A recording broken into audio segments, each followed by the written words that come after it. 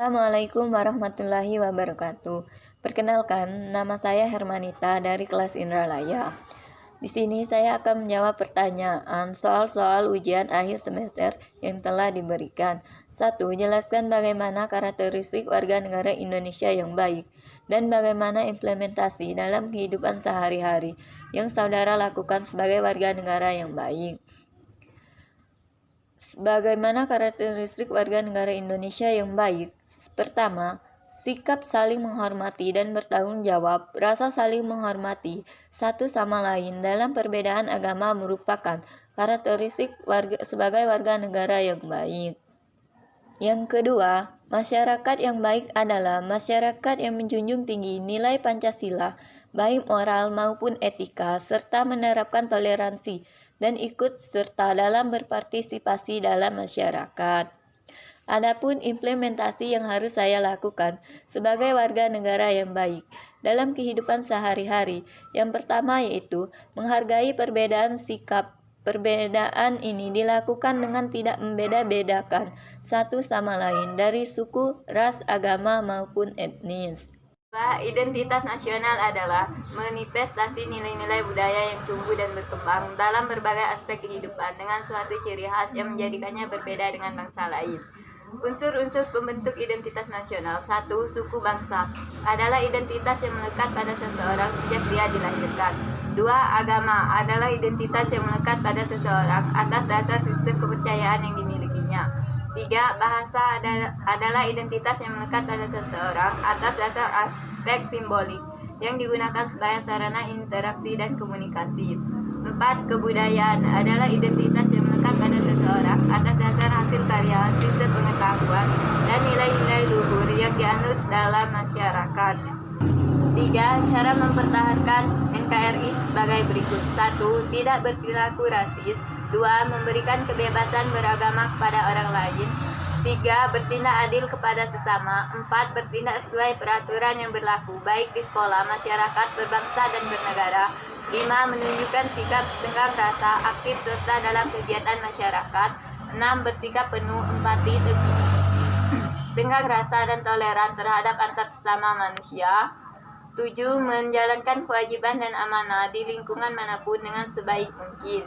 8. Tidak bertindak semena-mena atas dasar kuasa yang dimilikinya. 9. Tidak menciptakan kelompok-kelompok tertentu yang dapat mengancam integritas bangsa. 4. Secara umum dikenal 3 macam sistem pemerintahan, yaitu sistem pemerintahan presidensil, parlemen, dan semi-parlemen. 1. Sistem pemerintahan presidensil. Pada sistem ini, rakyatlah yang pilih siapa presidennya. Nantinya, presiden akan menjalankan perannya sebagai kepala negara sekaligus kepala pemerintahan. 2. Sistem parlemen. Di sistem ini, parlemen memegang peranan yang sangat penting. Perdana Menteri dipilih dan diangkat oleh parlemen. Demikian dengan sebaliknya, parlemen bisa memberhentikannya dengan cara statement mosi tidak percaya. 3. Sistem pemerintahan semi parlemen. Kepala negaranya adalah presiden, sedangkan perdana menteri sebagai kepala pemerintahan, serta antara lembaga legislatif dan eksekutif menjadi satu. Indonesia menganut sistem presidensil karena sistem presidensil merupakan sebuah sistem yang sesuai dan sistem demokrasi Pancasila dan budaya politik yang dianut oleh negara Indonesia. 5. Bagaimana pendapat antar terhadap paham radikal yang saat marak di Indonesia? Menurut pandangan saya, paham radikal itu di Indonesia saat ini semakin marak karena masih banyaknya gerakan-gerakan yang ada pada kalangan-kalangan dalam masyarakat. Gerakan dapat disebut sebagai radikal apabila gerakan itu melakukan aksi-aksi yang menurut ukuran normal tergolong kasar karena mereka misalnya menghancurkan segala hal yang dianggap tidak sesuai dengan norma dan ajaran agama mereka, seperti contohnya ISIS. 6. Jelaskan hubungan antara wawasan Nusantara, keutuhan nasional, dan bela negara.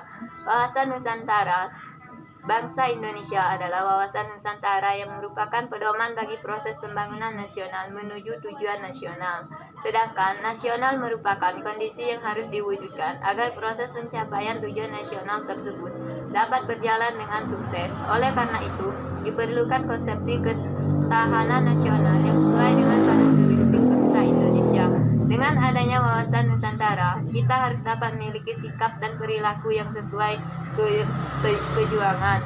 Contoh tanah air serta rela berkorban bagi nusa dan bangsa. Dalam kaitannya dengan pemuda penerus bangsa, hendaknya ditanamkan sikap wawasan Nusantara sejak dini sehingga kecintaan mereka terhadap bangsa dan negara lebih menyakin dan lebih dalam.